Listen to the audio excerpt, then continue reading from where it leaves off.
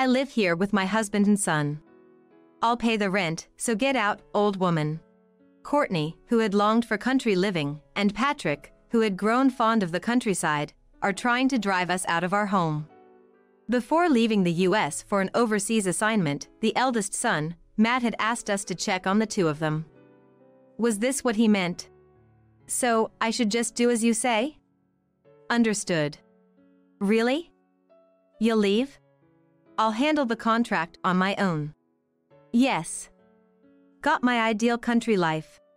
Hearing that my husband and I were leaving, Courtney and Patrick were delighted. However, they would learn a shocking truth a month later. My husband, Dan, and I run a small industrial machinery factory in the countryside. Though we call it the countryside, our home and factory are just a short drive from the city, so we've never felt inconvenienced by our lifestyle or work.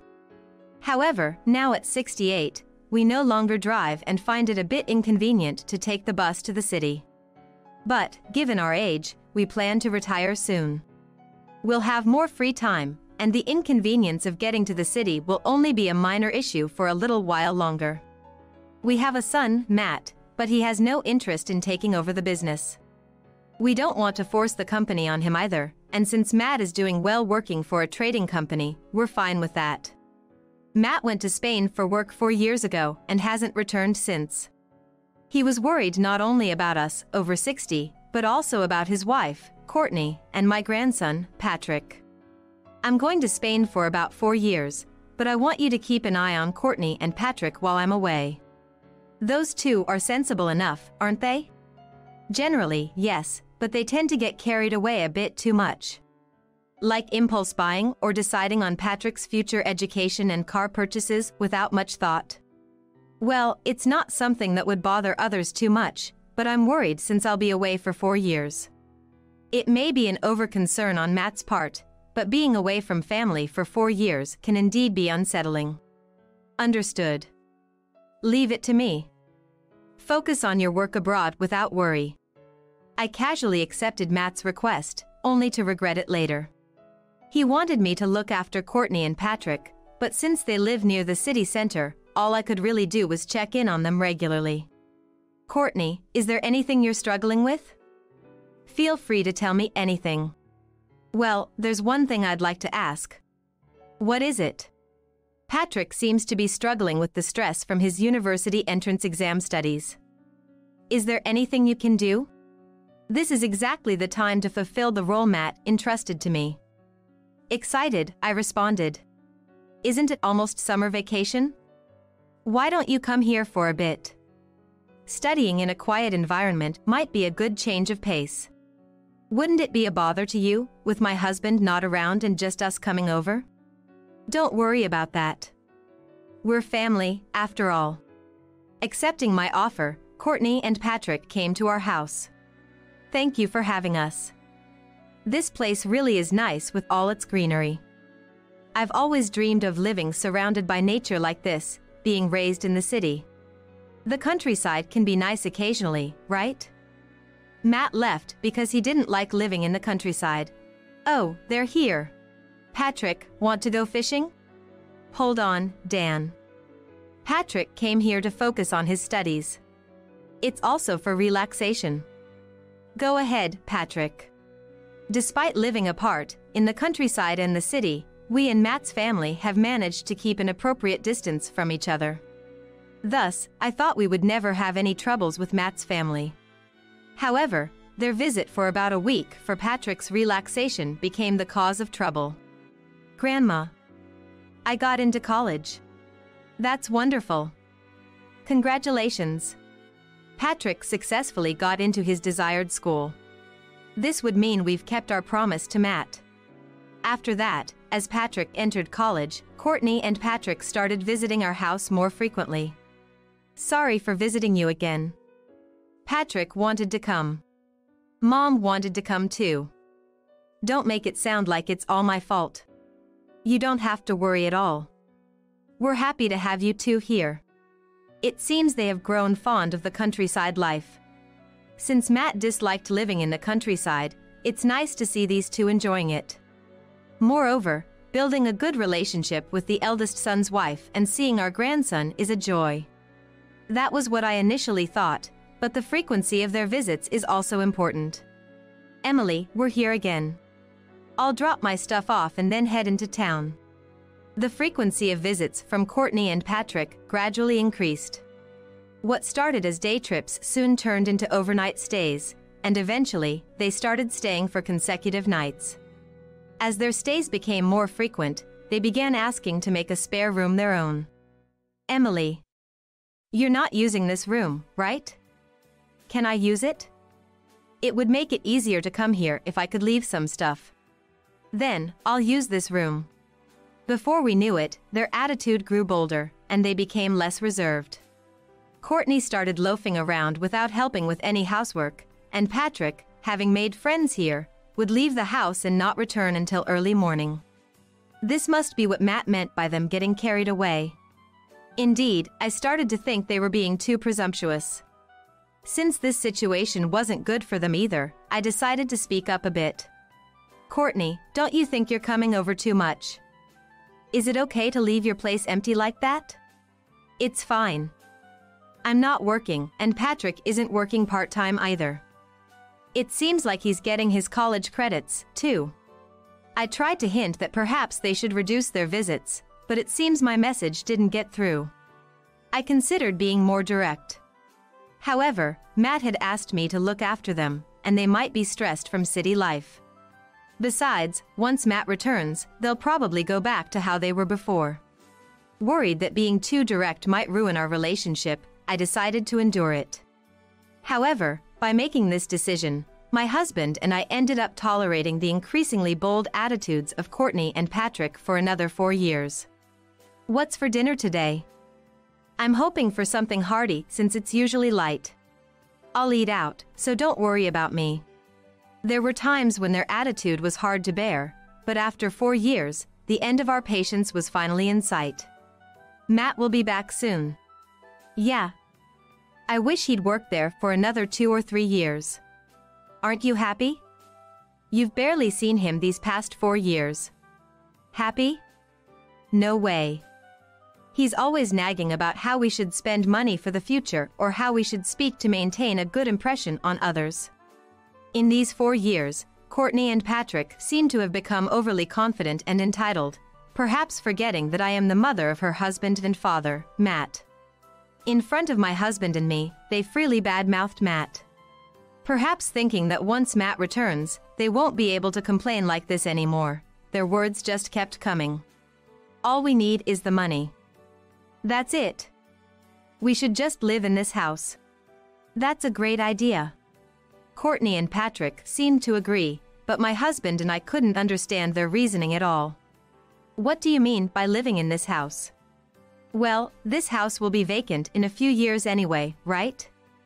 So, why not start living here now? I'm about to graduate from university, and I could look for a job here. It's perfect timing. What about Matt? He has a job, and there's a house over there, right?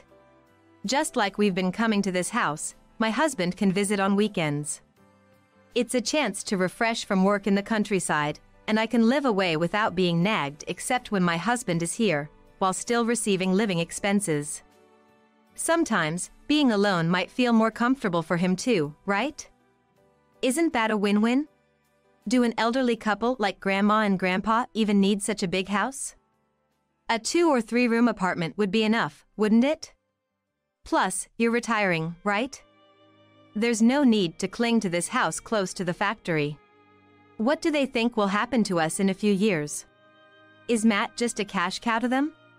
Why should we have to give up our house? Having endured enough, my husband and I reached our limit at the same time. Dan was the first to snap. Enough is enough. We've reached our limit. Get out, now.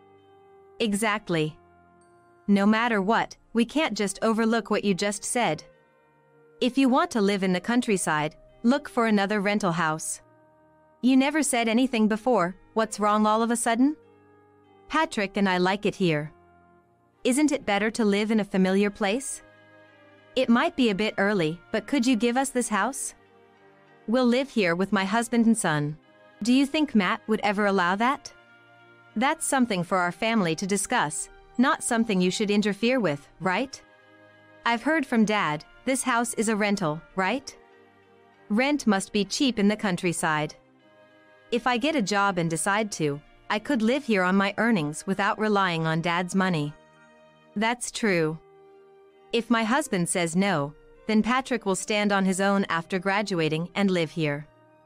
Then, I can come to visit any time. Do you really think that's possible? For Patrick to pay the rent? Hearing my words, Patrick seemed to misunderstand that he was being underestimated and taunted me. You're as naggy as Dad. I'll pay the rent, so old lady, get out. Their demands were selfish and absurd. Just as I was about to explain the difficulty of their ideas, Dan put his hand on my shoulder. Having been married for about 50 years, I understood what Dan wanted to say by his expression. Perhaps he thought Courtney and Patrick needed to learn a hard lesson and reflect on their behavior. Making them reflect could still be considered looking after them. So, you want us to do as you say? Understood. Really? You'll leave? I'll handle the contract on my own. Just to be sure, write down that you're leaving the procedures to us. Yes. Got our ideal country life. Hearing that my husband and I were leaving, Courtney and Patrick were delighted. After leaving the house, my husband and I temporarily moved to a short-stay apartment in a nearby city. Everything's going as planned with the company. How about your side? Everything went through on my end too. They agreed to help. I was so embarrassed, I thought my face was on fire. Then, let's take our time and wait. After moving out, we quickly prepared to teach Courtney and Patrick a lesson. A month after we left, Courtney called us in a panic. Excuse me. What is this all about? What do you mean? Don't play dumb. I got a call from the landlord of this rental house saying the rent couldn't be withdrawn from Patrick's bank account yesterday. And? What do you mean by the rent being $5,000 a month? There's no way a rental in the countryside costs as much as a luxury apartment in the city. You must have done something terrible to set us up.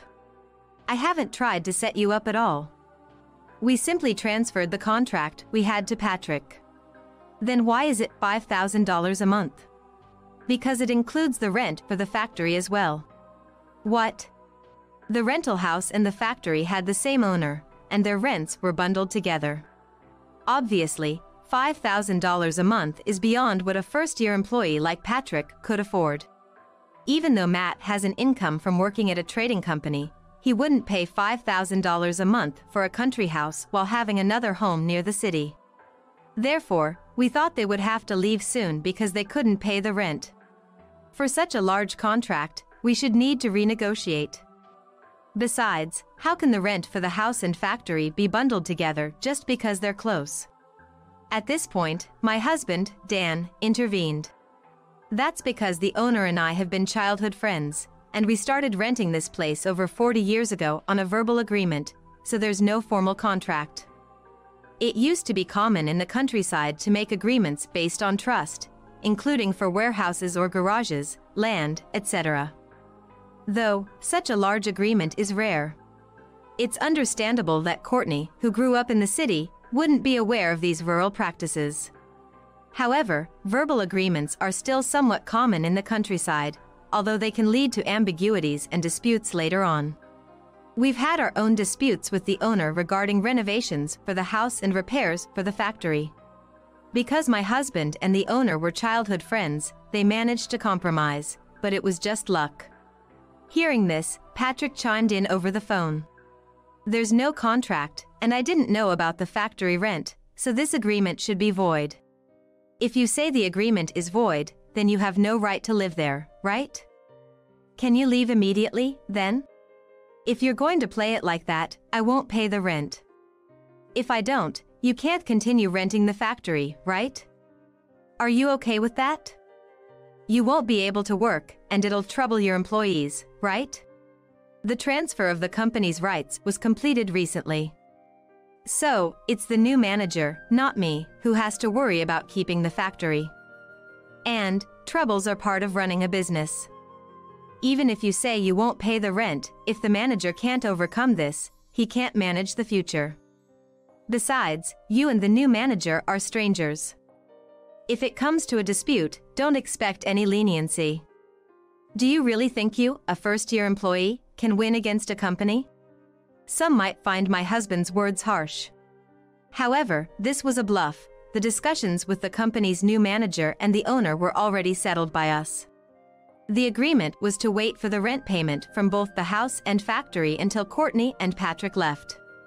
This arrangement was possible due to the strong community ties in the countryside. I was the one who had to ask for this favor, exposing our family's shame, which was quite embarrassing. This absurd agreement is void. I'll consult a lawyer and have the contract properly redrawn. Go ahead, sue if you want. But remember, causing such a fuss in the countryside will spread rumors fast, making it hard to live here. You won't be able to enjoy a peaceful rural life then. And really, is it worth all that effort just to cling to a rural rental? We won't be on your side. I'll testify that there's no contract because we've been paying rent for over 40 years, and I'll give the owner the document where Patrick wrote that you'd handle the procedures. If the contract is invalidated, they must leave the house. If they fail to pay the rent, they might have to fight a legal battle with the company. Pursuing a lawsuit would make a peaceful countryside life impossible. Yet, they cannot afford the monthly rent of $5,000. Regardless of what they chose, Courtney and Patrick faced no bright future. They had no choice but to leave. When Patrick said he would pay the rent, I couldn't help but laugh to myself. I thought, he says he'll pay, but can he really afford $5,000 a month? Haha. After our explanation, realizing they had no option but to leave, Courtney and Patrick moved out. I apologize for the inconvenience we've caused this time. After Courtney and Patrick moved out, my husband and I went to apologize to the owner and the new president of the company for the trouble caused by this incident. We renegotiated the contract with the owner so that we would only be responsible for the house's rent. Starting next month, our rent payment will be only $300. Although I initially thought we didn't need a written contract anymore, given the current times, we decided to formally document our new agreement in a contract. With the reduced rent and the money we obtained from transferring the company's ownership, we shouldn't have any worries about our retirement life. We have regained our peaceful life, and everything has come full circle. However, the ordeal for Courtney and Patrick continues. Do you realize how terrible your actions were? Yes. I'm sorry. Yes. I'm sorry. Upon Matt's return, he naturally scolded Courtney and Patrick severely. To maintain our relationship with them and to keep our promise to Matt, we had endured their behavior, even as they started to overstep their bounds. We hadn't discussed our difficulties with Matt because we didn't want to bother him. However, once they began treating Matt as nothing more than an ATM and we were forced out of our home, we felt compelled to tell Matt everything. If it was that serious, you should have told me sooner. I'm sorry. I couldn't keep our promise. It's not something you should apologize for. They are the ones at fault, and I'm also to blame for not noticing anything even though I was in contact with Courtney. Do you want me to tell them to leave the house, or do you and Dad have a plan? You've got it right. We intended to make them reflect a bit, so could you pretend you don't know anything for a while? We won't do anything harmful. Understood. Then, I'll just handle the finishing touches. After hearing our plan, Matt decided to take matters into his own hands and discipline Courtney and Patrick. Honestly, Matt's punishment, shaped by the harsh realities of city life, was likely more frightening than anything we could have implemented. I've come to realize I've spoiled you too much. You don't understand the value of money and a home. From now on, I want you to learn about the importance of money and a home. What are you going to do? First, Patrick will have to move out after he graduates from university. I won't provide any support. What? You said it was okay to stay if I found a job nearby. and I'm about to graduate, I don't have the money to rent a place. That's the consequence of not taking part-time jobs seriously. Start saving now, even if it's late. Be prepared to be kicked out without discussion if you don't have enough money. Patrick faced the harsh reality of being forced to leave home. Without any money, finding a place to rent would be a significant challenge. This would hopefully teach him the difficulties of securing housing. Next, Courtney, you will live in the countryside. However, not in your hometown but in a completely unknown area. Live there alone and make a living by yourself. What? Alone in a place I don't know? I want you to experience the hardship of earning money without relying on anyone else. This way, you won't depend on my money and wander aimlessly anymore. Courtney, who had relied on Matt's income, was tasked with living independently in the countryside. The countryside might seem appealing for occasional visits, but it has its own set of stresses, just like the city. I believe Courtney, accustomed to relying on Matt, will struggle with the stresses of rural life and employment. Although Matt didn't mention it at the time, he was considering divorce if Courtney refused his proposal or failed to change after living alone. Thus, Courtney and Patrick, who had hoped for an easy countryside life without any struggle, faced the harsh realities of society. Later, Patrick was unable to save enough money before graduating and had to borrow from Matt to move out. They agreed that he couldn't return home for a year, a condition likely to teach him the difficulties of work and maintaining a livelihood. Courtney started living alone in a regional apartment, working part-time but had to take on a night job because one job wasn't enough to live on. Despite working tirelessly all day, her life was barely manageable and she gave up after 6 months. Matt considered divorce due to her early surrender but decided against it after seeing some understanding of work's hardship and the importance of money in her. However, Matt is still considering his options. If Courtney starts to overstep her bounds again, Matt is prepared to consider divorce. It seems Courtney has sensed Matt's intentions and has since become much more subdued. We have safely returned to our original home, and with the money we received from selling the company, we are now living a comfortable and leisurely retirement life.